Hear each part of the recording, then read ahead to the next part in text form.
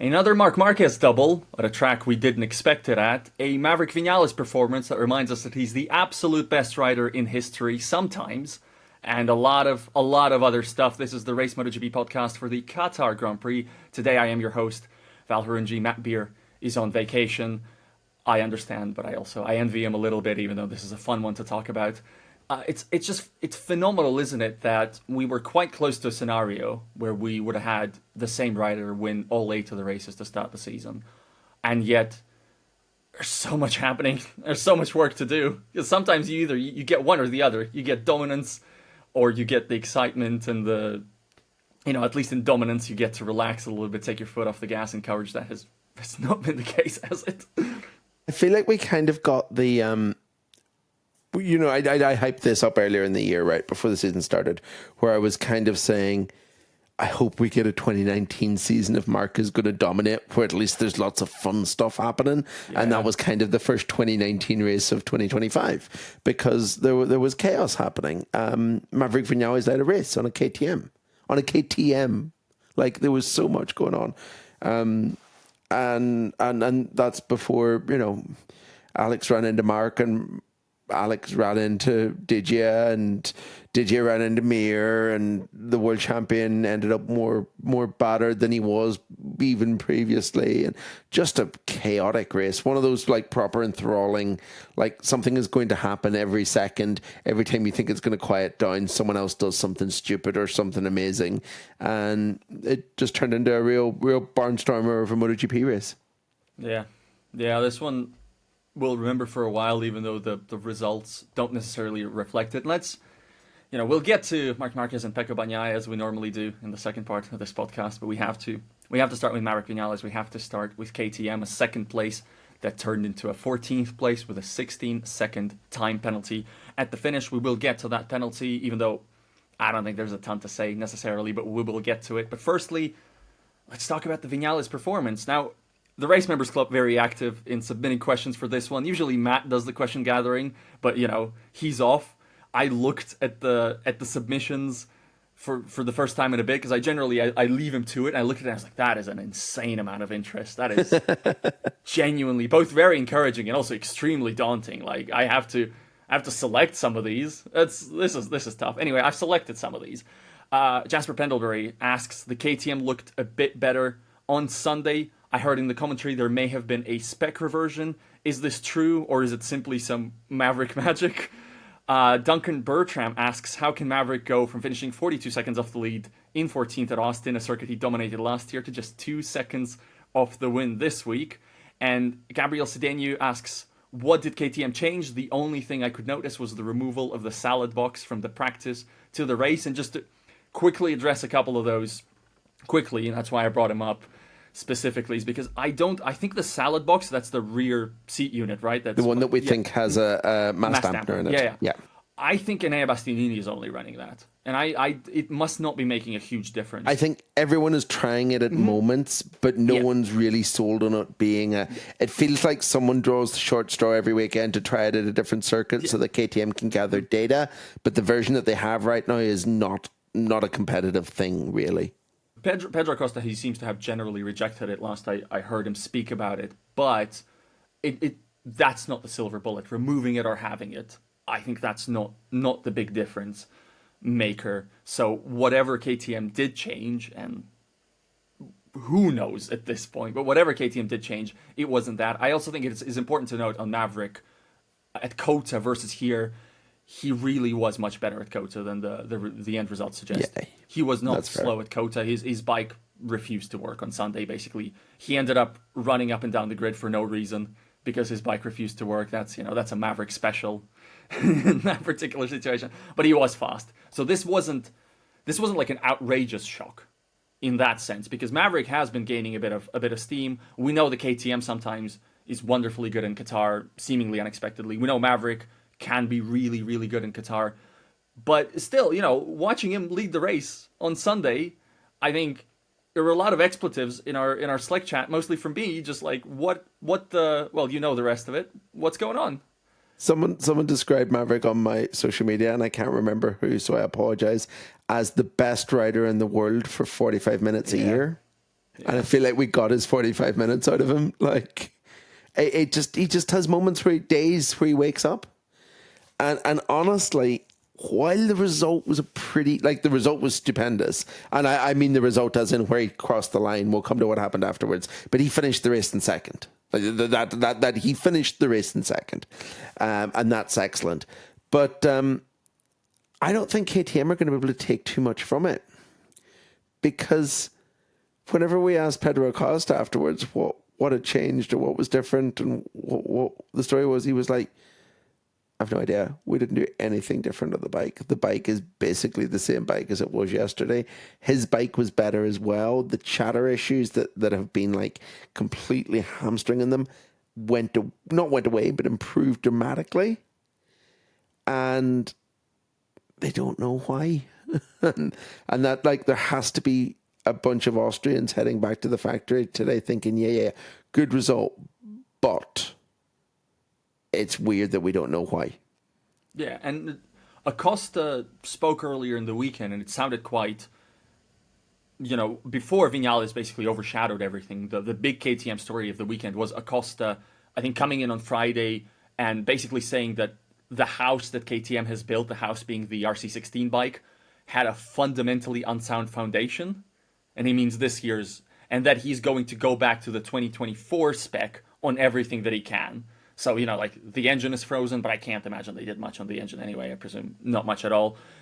Aero, hard to say how, the front aero obviously is homologated, so you can only do so much. You can't change it unless you use up one of the two homologation slots, but it's probably bike internals, presumably, I would imagine. And I don't think Vinales did the same reversion, so I don't think it's that Acosta silver bullet search or anything like that, or them going back on spec. I think it was just Maverick Vinales finding his groove a bit with the bike and doing the usual Maverick Vinales thing. And I think you're sort of in the same boat there. Yeah, I mean, I can't see any other explanation from having talked to 4 KTM riders 4 times over the weekend that explains that, other than Maverick being Maverick. And the problem is that we've seen Maverick be Maverick so many times in the past that you kind of have to just presume that there's going to be an element of that anyway, because that's what he does. But there's a more repeatable formula here, right? Because Maverick qualified well, which he can do. We know he can do. The parts of the weekend that don't involve other riders, he can execute extremely well, I think, repeatedly, generally speaking. He got a really good start, I think, in both races. Generally, he was up there. On the Aprilia, he couldn't. The Aprilia is just a worse starting bike. I think we know that. That's not a particular surprise. On KTM, Acosta basically had the theory that because Maverick, got the qualifying right, he put himself in a position to have the race that he needed to run and the race that Maverick needs to run. And when Maverick runs that race, he's very good. So this is going back to my old theory. Remember, I would sometimes say on this podcast hilarious stuff like, if Maverick Vinales is on a Ducati, he wins the championship or something like that. This is what I'm referring to. You put him in clean air, you put him in a situation where he has enough to sort of control the race, to run it the way he wants. He can be exceptional. And I think that's what we saw. I mean, he's always threatened to be exceptional. Yes. Yeah. Those first races for Yamaha, remember? Yes, of course. That like run of form when he jumped in the Yamaha and was just winning everything, or whenever he was the only person in Suzuki history to beat Leish as a teammate. All of these moments that he's hinted that it's there, and I don't really think it's a surprise in the grand scheme of things that he's done it in a KTM even this early, because it's just peak Maverick. It really is, and obviously that something changed, whatever changed, that just took away that chatter issue, that just took away the thing that was hindering. And then boom, Maverick gets to be himself. And then next week we'll go to Jerez and we won't even see him on TV. Look, maybe one day they'll figure out a combination of scenarios to make this a more permanent thing. There was a suggestion from somebody in the members club, and I presume, because I didn't see it on TV, but apparently Maverick said something like this is the first time he's had a a fast bike, and I would imagine what he means by that is Yeah, fast it is. on a straight. Yeah, it Because is.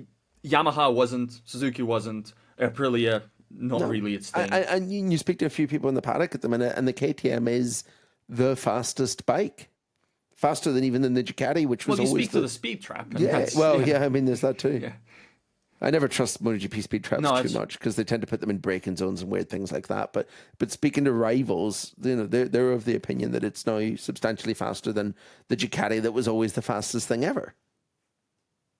Anyway, the fun part's over. Let's go into the tire pressures and the 16-second penalty. Now, the warning came up on the flag, and I think both you and I immediately knew what the game was. Maverick Vinales was not expecting to lead the race. His crew chief would not have expected him to lead the race, and they led the race. They ran in clean air. Front tire went down. Maverick, for some reason, told the media that he wasn't paying attention to the dash, which is maybe not something I would say, generally speaking. No, but it's very Maverick.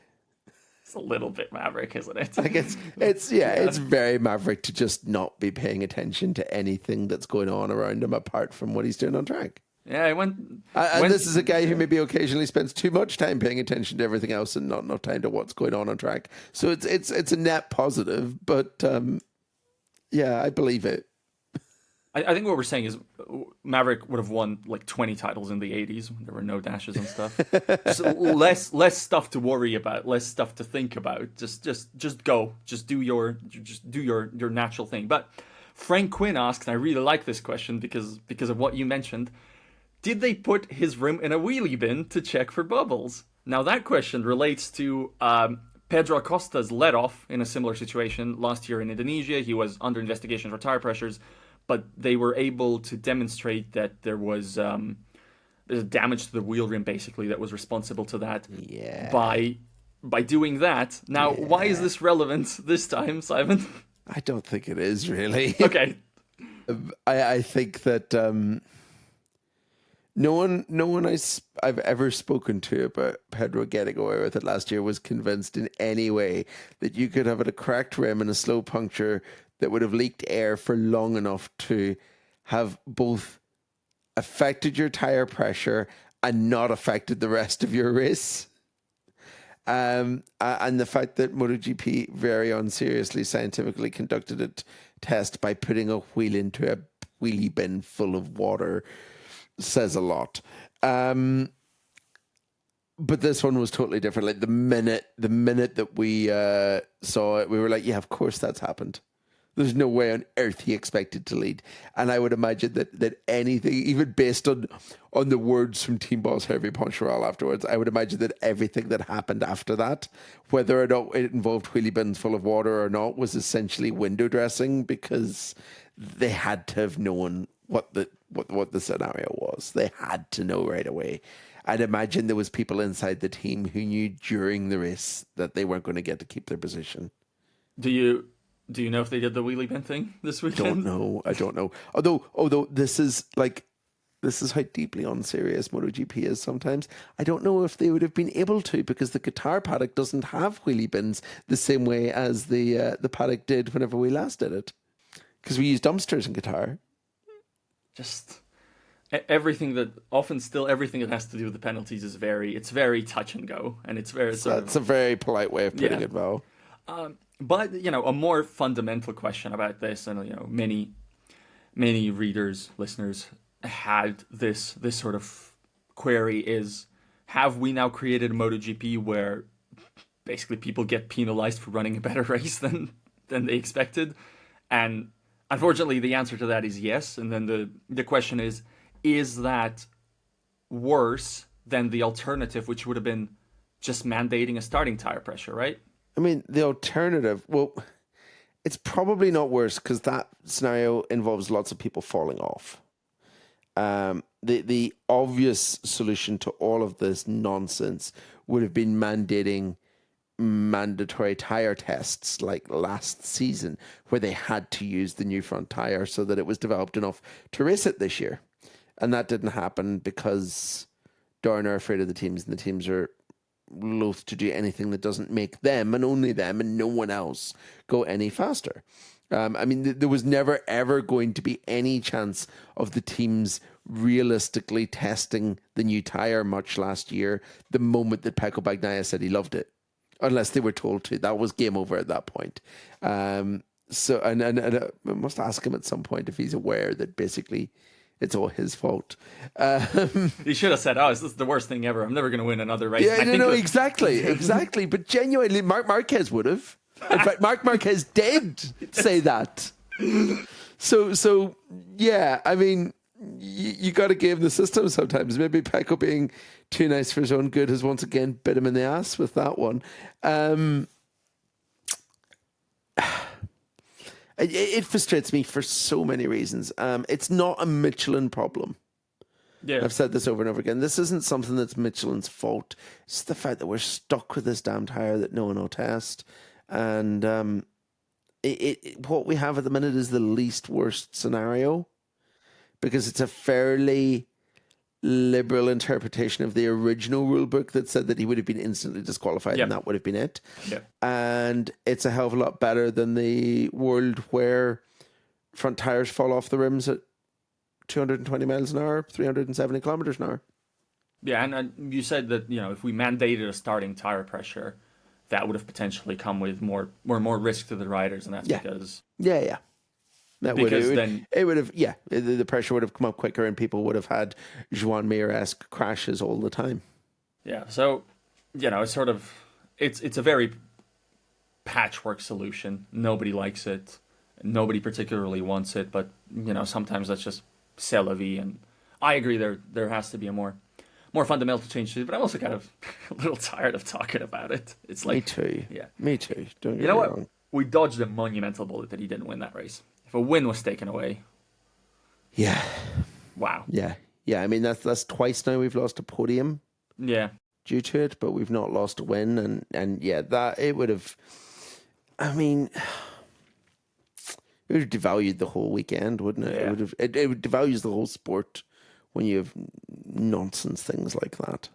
I mean, if he had won, I think somebody would have sat on the sensor in the aftermath, and then the investigation would have just quietly been resolved because, oops, the evidence is damaged. Spill a coffee over the measurement device.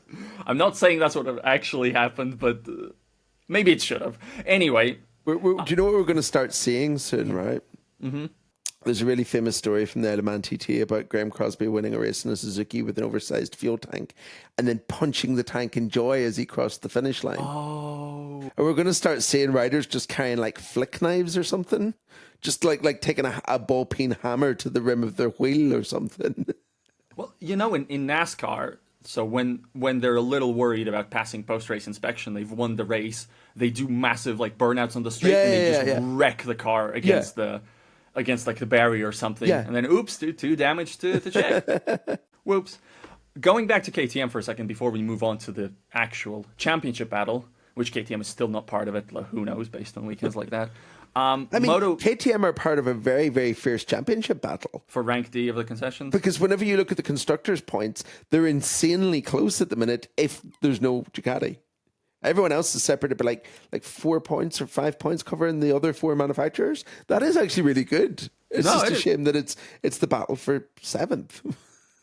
Yeah, but I don't think the championship would be better off without Ducati, but it is at least good to see that there's at least 2 tiers instead of 5 tiers.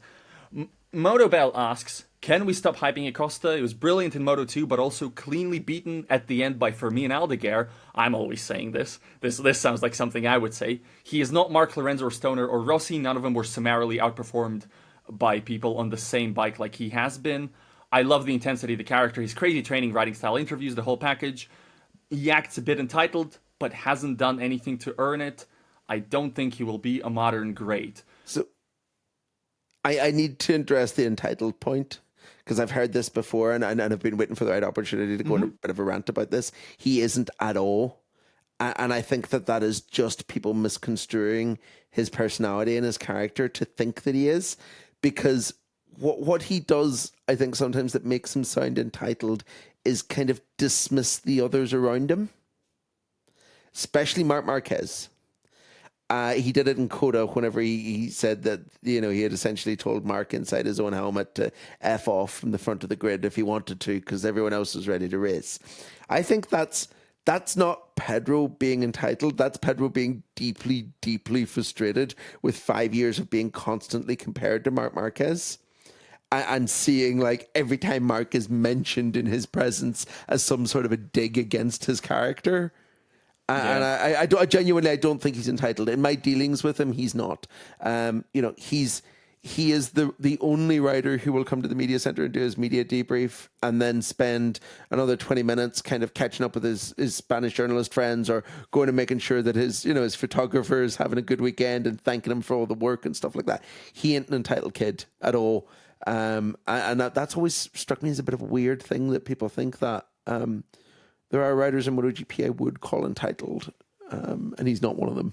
Here's what because reading that, honestly, the issue of entitled as a personality didn't even come to mind. Because when I read a sentiment like that, and I find myself, like, not necessarily agreeing with it, but at least understand where it's coming from. It's like entitled to success at this early stage of his MotoGP career, like entitled to be winning already. I mean, entitled to be running. If he was in a Ducati, it would be.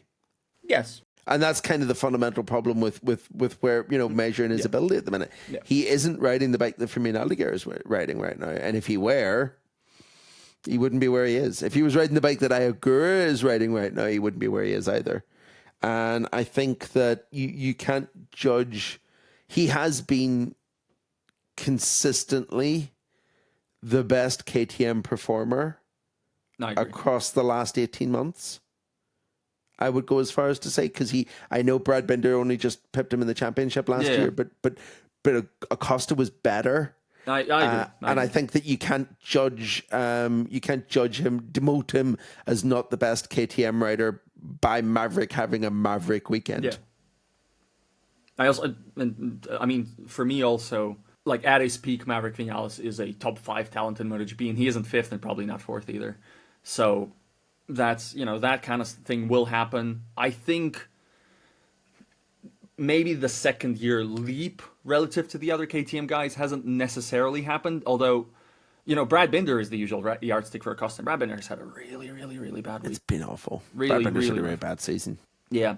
And he's, we know he's legit. So there hasn't been one race this year so far out of the 8 we've had now where I've done my usual of 2024 and went, oh, but there's Binder, because he's suddenly in the mix for top 6. And we've seen more of those fights this year than we ever have, because kudos to Dorna, the TV direction is getting better. We're seeing more of mid-pack action, and Binder's just not in it either. Yeah. And if he is, he's going backwards. Yeah, it's been tough on his side, and it's just clearly, KTM with what it's doing, you can't entirely take it at face value. I think it's fair to have questions over whether, just anointing Acosta as a great who's definitely going to be phenomenal going forward. I haven't, but he still remains, like, as an asset, as a projected asset, you gotta have him. I still think he is, for no other reason other than there's no one else who I think is coming up through the ranks who is as talented as him right now. And he's going to be around for a hell of a lot longer than any of the guys that are winning at the minute. So who else do you see winning the 2030 title at the minute? It's going to be him versus, bitter rival for Aldeguer.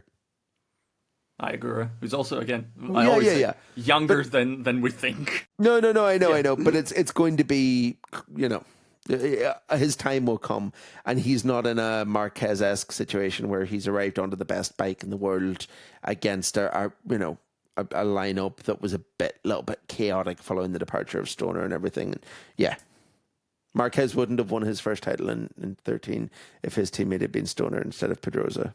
In the Race MotoGP podcast tradition, we finally get to the race winner and the title fight, like half an hour into the episode. We're the best there is, baby, at that. Absolute legends when it comes to that. Marc Marquez versus Pecco Bagnaia this weekend, and also Alex Marquez was again in the mix, and so were the other Ducatis. I want to ask you to try to remember how you felt going into the weekend. What result did you expect out front? I don't remember where I was last night. I expected Marquez to be fighting against the likes of Di Giannantonio for second behind Pecco Bagnaia. And I think ultimately I was a little bit vindicated in feeling that way by kind of the pace that we saw from Bagnaia at points during the weekend. But the qualifying ended any chance he had of doing that. And I think actually he managed to do a fairly decent job of turning a damage limitation race, pulling a damage limitation race out of a terrible, terrible weekend. His post-qualifying comments of how terrible everything had been for him just absolutely hit the nail on the head. And you know, he knew on Saturday lunchtime that the weekend was essentially done for. And I mean, that takes absolutely nothing away from Marc Marquez being stupendous at picking up the pieces. And you cannot, we're in a season where you cannot let Marc Marquez pick up the pieces from your disaster. And that's exactly what happened. But I think there is an element of Marc getting, I don't want to say lucky this weekend, because he was obviously, you know, he managed the tyre so well against Vinales. But if Pecco had started alongside him in the grid and Di Giannantonio hadn't been ran into by Alex Marquez, do you think we would have had a Marc win on Sunday? Well, I'm glad you asked, because honestly, yeah, it's genuinely. Okay. But so I think I disagree a bit on that one. I genuinely, like, just from the evidence of the whole weekend, even crash aside, I think it's a 50-50 at best between Marc and Pecco. Because I like the ease with which Marc was able to sort of Andrea Dovizioso the race and the way that he did, you know, sort of holding the pack back up. And also, I just as a side note, I loved his and also I think Alex Marquez's comments to post race of, you know, they saw Franco Morbidelli go and they were like, yeah, sure, whatever, knock yourself out, enjoy that one. They knew immediately the tires would not last. They were, of course, completely right. One of my favorite comments of the weekend was someone asked Alex on Saturday after the sprint what it was like, you know, once again finishing second to Marc, and he was just like, he's Marc Marquez. Go ask Dovey what it feels like finishing second to him. But yeah, I think maybe Marc coming into the weekend slightly overstated how bad he historically is at Qatar, because just looking through it, I'm not convinced it's as horrific as he's made it seem. Always, like, by his lofty standards, it was not a good track for him, but he's not fundamentally poor there. I think I had a perception that he was, because I remember that weekend where Paul Spargaro had his number, like the only weekend in their year, couple of years as teammates together. But otherwise, I don't think he's been like fundamentally bad there. But it's also so Cams asks, why does it seem like Marc's level is more consistent than before? He seems to be exceptional everywhere rather than mind-bendingly good at some tracks and merely great at others. Is it a legacy of the injury, the current regs? It seems this season like he had less margin at Austin and more at tracks like Qatar than in his Honda days. I agree with that. I think that's accurate, but I think that's the Ducati. I think it's because the Ducati is more neutral bike. The Honda was superb at certain places because he had basically built a bike to suit his own riding style, and that riding style is better at the places where he dominated, so the bike became more that way, that like super front end focused bike that you know he could do magic on. And I think the sign for me, the proof of that being the Ducati rather than anything else, is that we've stopped seeing the Marc Marquez front end testing the limits practice crashes. Yes. Yeah, he's staying on the bike a lot more, apart from at Kota, where he really should have stayed on. I mean, he's still done a bit of crashing this year, but not the way we used to see. Not the you know, win 19 races, crash 20 times years that he had in like 18 and 19. Yeah, but this is also like just looking through the whole weekend. Of course, yeah, Pecco's qualifying crash really sabotaged him, but he seemed to make up for it okay at the start of Sunday's race, and he said he burned up the tire trying to do that. But even if you account for that, I think it's still just a 50-50. And for me, the issue there is it's a 50-50 when it really, ideally for Pecco, needs to be a 75-25. Yeah, it should have been this weekend. And he, you know, even if he the fact that he didn't capitalize is one thing. The fact that he didn't have the margin that he might have enjoyed for me is the other. So for this, Annie asks, it's really easy to play armchair psychologist. Yeah, it is. I do it all the time. All the time. That's like 60% of this job here, or at least the job that I do. And guess at how rattled Pecco is, but as a man on the ground, that's you in this case, Simon, how is he coming across as feeling? So I've seen this a lot, this kind of various levels of aggressive armchair psychology, and that is the least aggressive level of it, that right there. I've seen it kind of from various people, and from people who used to be in the paddock over the last few weeks and months, and it is not at all reflected in how Pecco sounds and acts. He actually is. I mean, there's always a certain intensity with Pecco, because that's just who he is. He's always quite a focused sounding guy anyway. And I think because he's quiet and kind of thoughtful, it makes him sound maybe apprehensive about speaking sometimes. But this is not someone that I think is nervous. I asked him about it on Saturday during his media scrum, and he kind of came close to losing his temper a little bit with various unnamed people in the paddock, and went in a bit of, or who used to be in the paddock, and went in a bit of a rant about social media comments and about how easy it is to say things whenever you haven't a clue what you're talking about. And I feel like I'm attacking the people that have asked this question, so I'm sorry, but neither Pecco or I are doing that. But he was very quick to defend himself in a way that had the kind of impassioned intensity you'd both expect of Pecco Bagnaia, and which kind of makes me think that it's true too, because it's reflected in how he's acting in real life as opposed to in the few seconds you see of him on TV every weekend. Alex AG asks, is the expectations going forward more leaning towards Pecco fighting for the third step of the podium?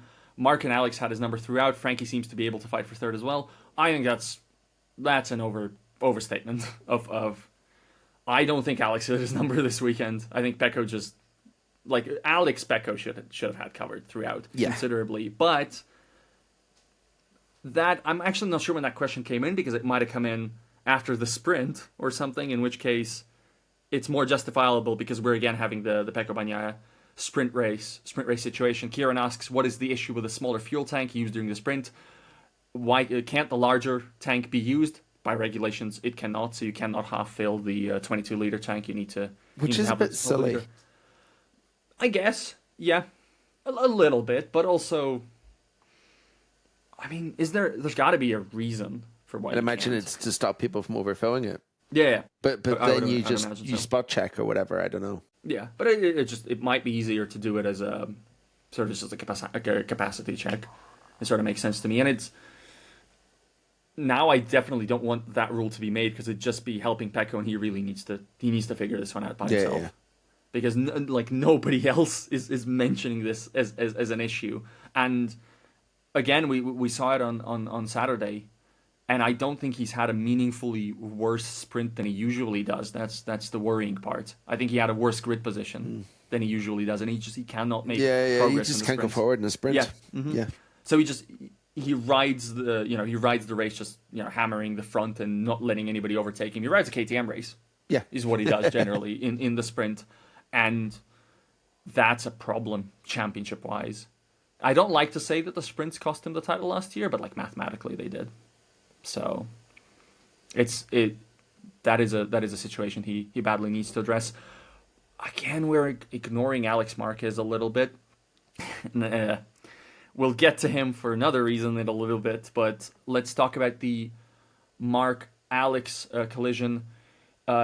Iontihi, which apparently, I thought that was the contributor's name, the Members Club question asker's name, but apparently it's like a character from a German satirical sci-fi series or something. I've never heard of it. That's a fun one. I like learning that kind of stuff. But he said, today's race showed a massive rivalry to the point where they did not care if the other one would crash. It could look like that from the onboard, but I think nothing could be further from the truth. It was very circumstantial. Marc lost the rear a little bit coming through turn one. He checked up. Alex ran into him because he was too close behind, and he thought Marc had gotten on the throttle, and Marc had, but then rolled off. So it just a concertina effect, wasn't meaningful aggression. There was no, I think, hint of aggression in the way they raced each other after that. They still, there's maybe it will come at some point this season that they don't get along over something, but on this one, after the race, Marc was very quick to say, you know what, that one was probably my fault. And Alex was equally seemingly initially thinking it was his fault before hearing out Marc and going, oh, okay. So that's what happened. So no hard feelings there at all. Does it surprise you, or does that... we know that those guys are thick as thieves, right? But yeah, most brother relationships are not tested at this level. Yeah, and when they are, it tends to be a bit more in the line of normal rider interaction, a la Paul and Elish, Yeah, who did have their occasional wobble. I mean, I think it was a bit of one of those incidents where Marc felt he had blame, and he came off worse from it anyway. And I think if it had damaged his race substantially, it would have been interesting to see what the dynamic would have been. But the fact that he then went on to win the race and that Alex went on to do something much dumber, means that kind of the any sting was took out of the bite of both of them, because both of them had something else to worry about afterwards. Yeah, I'd imagine there's a more than healthy amount of abuse being given between the two of them about it right now today, than there is about than there was at the time, or any actual malice. The worst brother relationship we encountered at the weekend was by far the comments made by Moto2 podium finisher Deniz Onku, whose brother Can won a World Supersport race a couple of hours before as well at Assen. And when asked about basically, which of them was the most talented rider in the world now, then Deniz said, "Oh, it's great, it's fine. We're going back to Turkey. We'll both be back in Turkey on Monday, and there's no race control there. So I'm going to smash him." Which is very Deniz. Section number 2. Let's see. Let me see how we're doing for time. We're doing very well. Listen to the Moto2 podcast, the Moto2 press conference, by the way. Go and have a listen. It's brilliant. All right, now for the bummer part of the podcast. Jorge Martin was back this weekend, getting back to the speed of things, and then unfortunately he fell on Sunday. Fell in the path of a terrified Fabio Di Giannantonio, who described it as basically like a harrowing experience for him. And when you look at the replay, it's not obvious immediately, but when you look at the replay slowed down. Yeah, it was. I mean, let's not even think about what it was and what it could have been. But what it could have been, what it still is Jorge Martin's significantly hurt, and as of taping, he remains in the Hamad Hospital in Doha with a lung pneumothorax. Yeah. But what's the layman's terms for that? Punctured lung? It's not quite a punctured lung. It basically means there's air in his chest cavity, which is probably caused by at least one of the 11 broken ribs he also suffered, and it means that he's at risk of a punctured lung. Yeah. The biggest issue for him with this, I think, what we're going to see the biggest long-term effect, because we've seen similar incidents in the past. The last one I can remember having a really substantial one of these was John McPhee at Phillip Island in 17. Right. And the big issue with it will be getting home, because you can't fly after such an injury. Oh, right. Okay. So either he's going to have to spend a fairly substantial couple of weeks in Doha recuperating, or they're going to have to charter a special air ambulance that can fly at low level to get him home, which is a kind of a painful, slow, fuel inefficient experience that involves lots of stop offs to refuel and hitting lots of turbulence and all sorts of terrible yeah. So they're gonna have to come up with a way to either get him home or to make him quite comfortable in Doha, because until he gets the doctor's okay to do that, he's in for a bit of a long wait. I think whenever it happened to McPhee, off the top of my head, he ended up spending like 6 weeks in Australia, and then his medical insurance insisted on flying a doctor out from the UK to sit in the seat next to him on the flight home. Right. Just to give an idea of how serious this is, And even when he recovers from this, we're going to see it like this is going to significantly dent his training, because he's going to spend weeks not able to breathe properly without agonizing pain, as anyone who's ever cracked a rib will be able to tell you, let alone 11 of them. He's going to spend a long time sitting doing nothing. And considering he's already lost quite a bit of time, we know from people like Fabio Di Giannantonio how quickly you burn through muscle mass if you're if you've got 0 body percent fat the way these guys do. And Jorge is one of the guys that's probably the lowest in that regards. His muscles are going to start eating themselves pretty quickly. He's going to have a long rehab from this one, I think.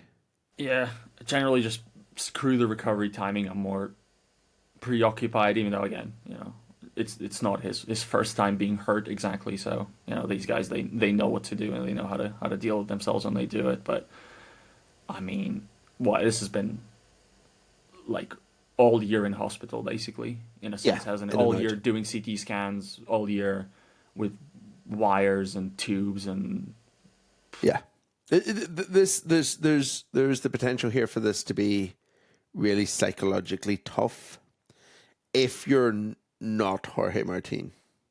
And I think that is the saving grace of this, is that it's him, and we know how he responds to this. We've seen it before, that rookie season where he looked to be on the verge of race wins really early on at the huge Phillip Island, or the huge Portimao shunt that set him back months, and then he basically got back in the bike and won a race.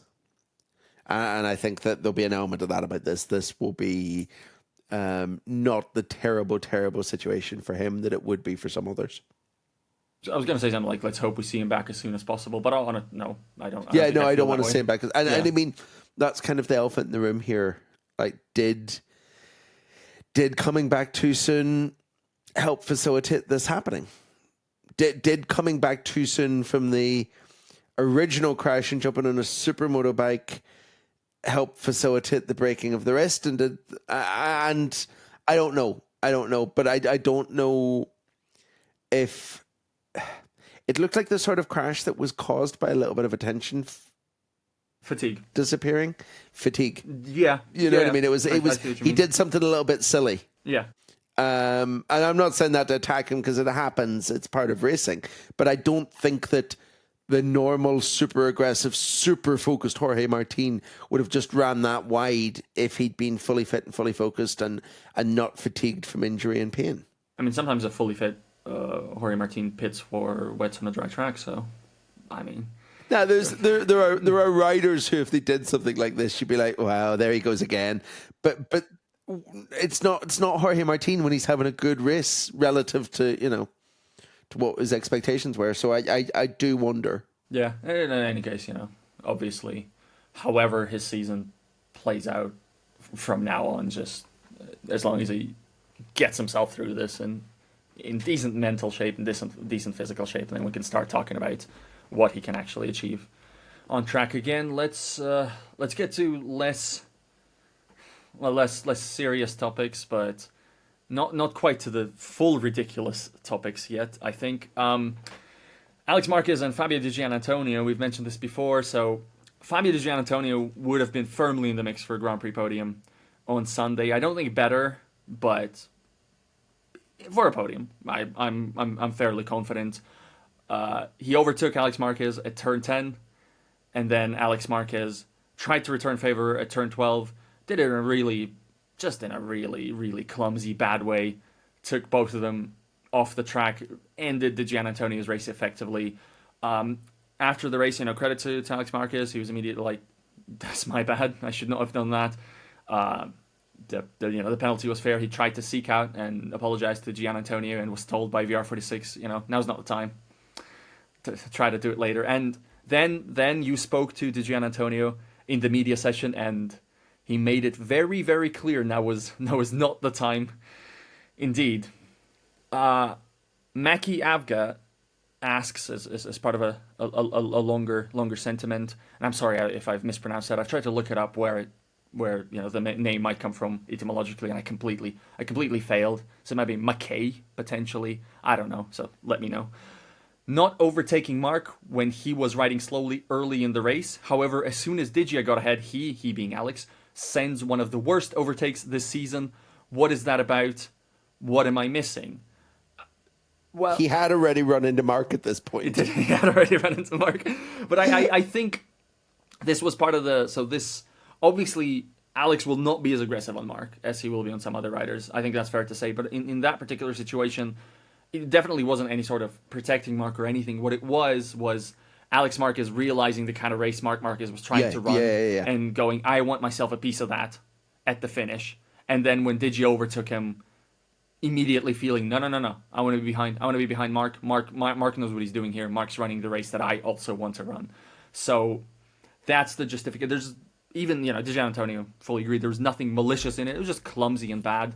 And it's fair to ask, because Di Giannantonio, again, did ask, is a single long lap enough for this kind of thing? Nobody was down on the ground. But Di Giannantonio's weekend is in the garbage chute. It was an appropriate penalty for this instance, in this circumstance, where it's the first time this year that Alex Marquez has done something a bit silly with the new stewards in place. I think that's the we've seen stewarding this year be better than it was in the last few years. So I think with that in mind, it then becomes quite difficult to use precedent from previous years to kind of handle these incidents. I think what we're going to see this year from kind of conversations I've had is a dramatic escalation where the next time Alex does something like this, and it's Alex, there will be a next time, it won't be a single long lap. He won't get the same penalty again. He'll get the double long lap, or he'll get, you know what I mean? Things will escalate quickly this year because that seems to be what the stewards are intent on doing, punishing repeat offenders. And but under the kind of unique circumstances of Alex's first mistake with a new judge in town, fair enough. Yeah, I think in a perfect world, if I was in charge of it and also could do absolutely anything I wanted with like matter and the universe, you would just teleport Alex Marquez behind Fabio Di Giannantonio at that point in the race. But that's not practical. I understand. In a perfect world from 10 years ago, and one that we should have right now, if I had my way, it would have been 2 penalty points on his license. Yeah. So this is where the penalty point system, because then it reminds everyone of what they're doing.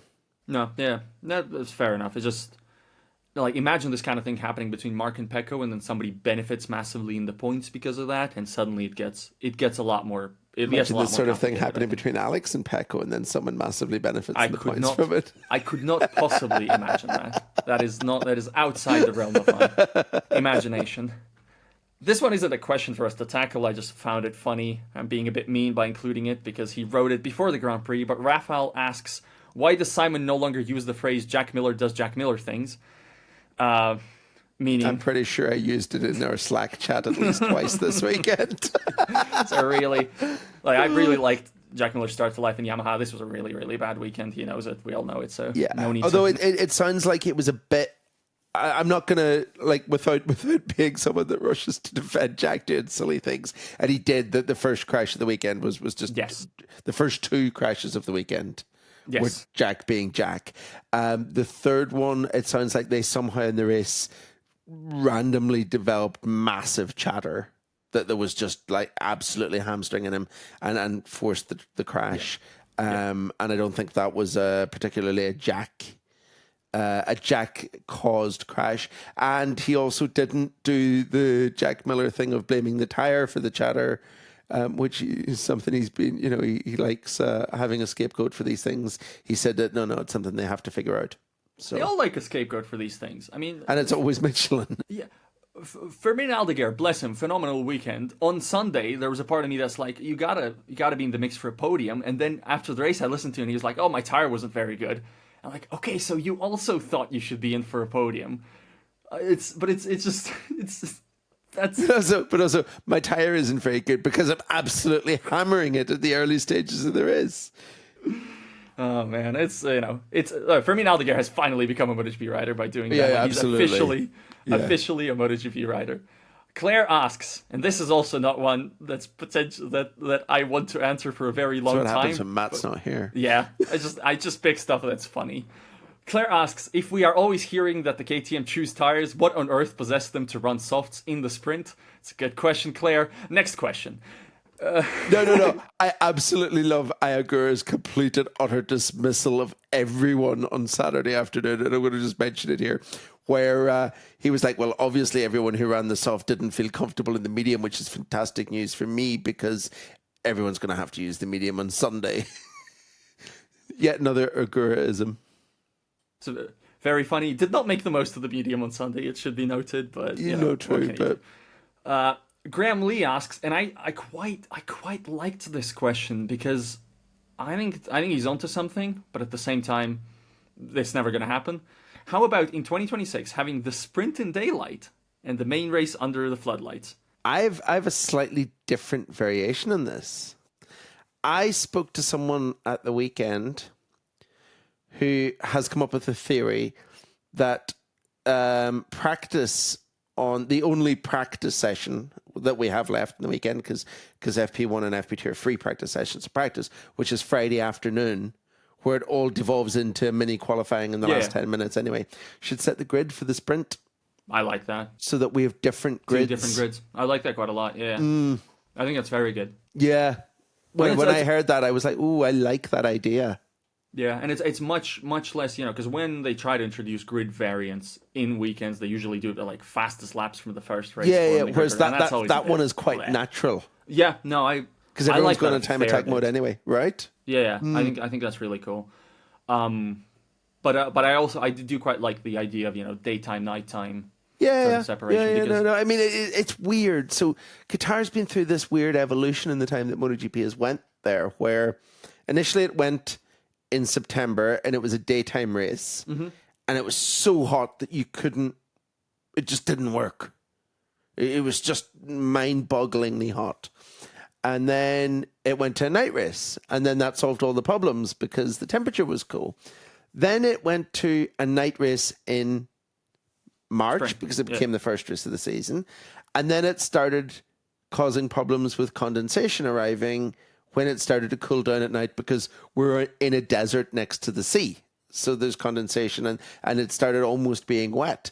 So we had to move the race forward to the point where Moto 2 and Moto 3 essentially are daylight races now. Yeah.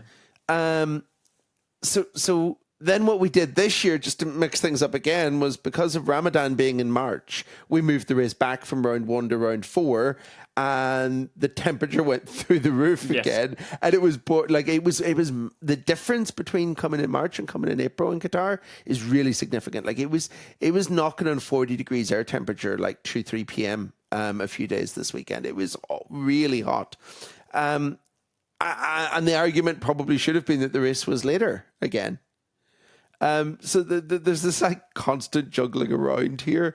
I don't think you could have an evening. The problem with having a day and night race calendar here is that you could only do it in the traditional season opening spot. It wouldn't have worked this weekend because it would have been too hot during the day again. Yeah, I agree. But it's for when they do restore it as the season opener.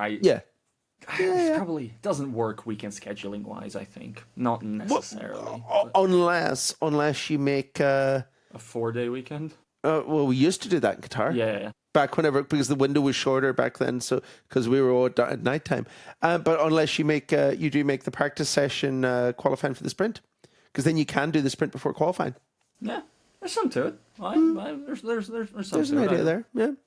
No, I think never going to happen, but... Never going to happen, but it's still a good idea. It's cool. It's cool to discuss. And finally, somebody on Twitter also known as X, a cool name that I love using, mentioned that George Carlin has come up more on this podcast recently than Somkhat Chantra. Without going into too much detail on Somkhat Chantra's season so far, I think that's probably good for Chantra because he's had a really rough time as of late compared to where he started. Yeah, but he's kind of just quietly doing the things that a Honda rookie does. He's not setting the world on fire, but he's all right. Like he's doing a fairly decent job. All right, you know what? Let's get into Chantra a little bit then. I like again. I have no qualms with him having the seat, etc. Blah blah blah. I want him to succeed, generally speaking, but he started the season very, very encouragingly, looked quite good there in preseason testing, and he almost is sort of there with the other rookies relative to the machinery. Then obviously Agora took the step, Aldeguer took the step, and Chandra feels like he's taken the new tracks that are coming up, and he's not getting the testing, and it feels like he's being left behind by the pack, which is a little unfortunate, I would say. I think maybe that'll swing a bit whenever we go back to Jerez and a circuit that he does know super well because he's, kind of, as everyone is, kind of a product of the Spanish system. So I think once we're back in Europe, maybe we'll see that close up again a little bit because it's also been we've been to tracks that are kind of like Coda, physically demanding. Argentina, a circuit where he won't have done an awful lot of run time because it hasn't been in the calendar for a few years and things like that. I think that he needs a bit of kind of comfort blanket circuit around him, and I think Jerez is going to help with that. So that concludes our final miscellaneous section that Matt would have never, ever, ever allowed in a million years, but it's anarchy, as it often is. Thank you for listening to us today. Today being the day that you listen. Oh my God. I need to script just call these. It a day, Val. Just call it a day. I need to script these outros. Script these outros. This is a catastrophe. This was so good. There was not a single major flub. And I go into the outro and I realize I don't know words or sentences. Yeah. Anyway, I will learn. I promise to learn. See you next time.